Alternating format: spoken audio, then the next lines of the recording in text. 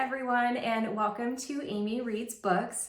I'm very excited to be giving you my book review today of The Amalfi Curse by Sarah Penner. Before we get started, let me show you the three categories in which I rate my books. The first one is readability, and that stands for how easy the book was for me to read. It also includes things like what the writing style was like, was it complex, was it basic, how many different character lines do we have, how hard was it to follow, and did it keep my attention throughout the entirety of the book. The next category is predictability, and this really speaks for itself, and it is how predictable this story was.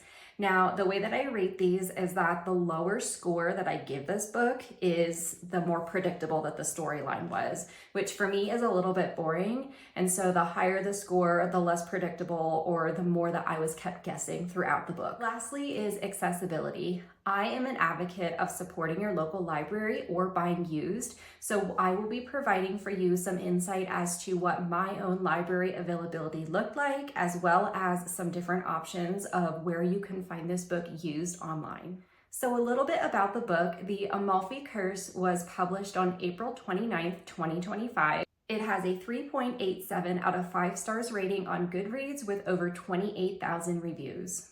It's 336 pages long, and so it is a quick read.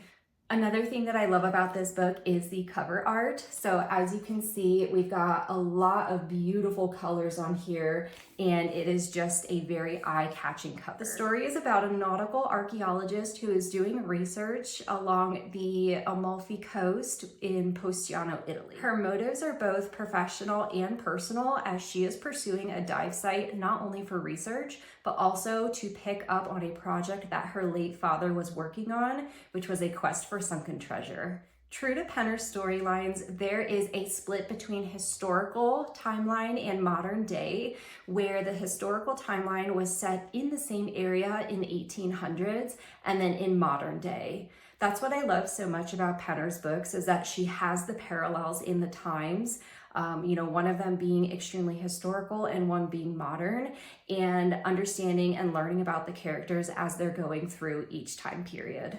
The book brings witchcraft, romance, suspense, and adventure all into one storyline that really kept me on the edge of my seat. It kept me wanting to read more, and I was so excited to find out what happened at the end. In terms of readability, I would rate this book 3.75 out of 5 stars.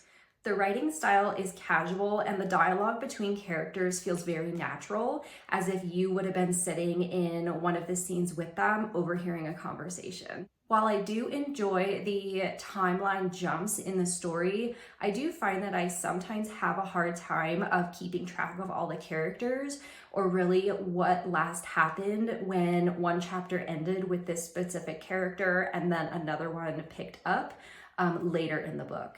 I appreciate the amount of research and time that Penner takes when she's writing her books. She uses very accurate dialogue, very accurate terms when describing different scenarios and topics, and the writing style fits for the time period that she writes in.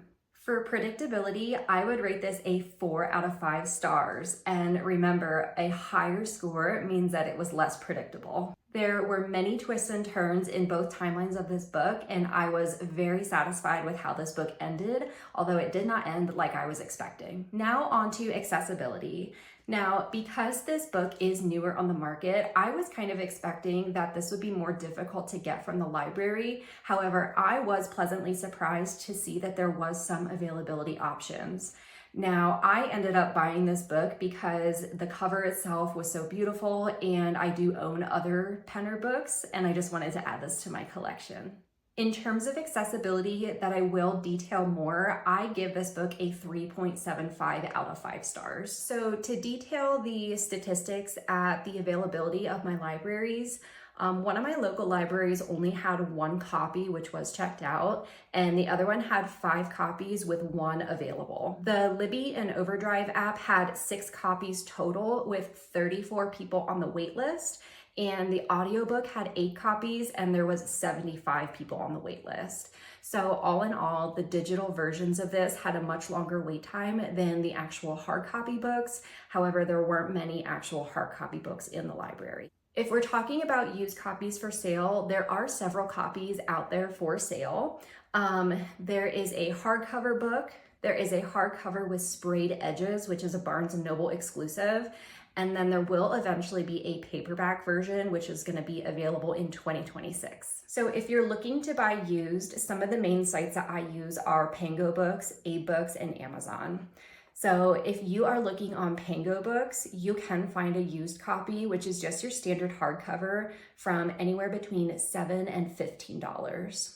If you were to do Abe Books, looking at the used copies, they all started around $12.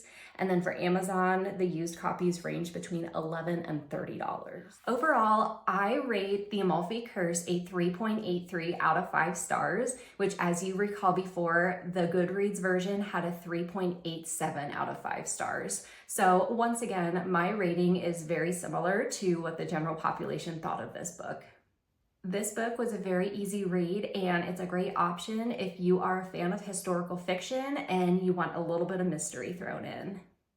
Thanks for watching my review of The Amalfi Curse by Sarah Penner, and I will see you in the next video. Bye!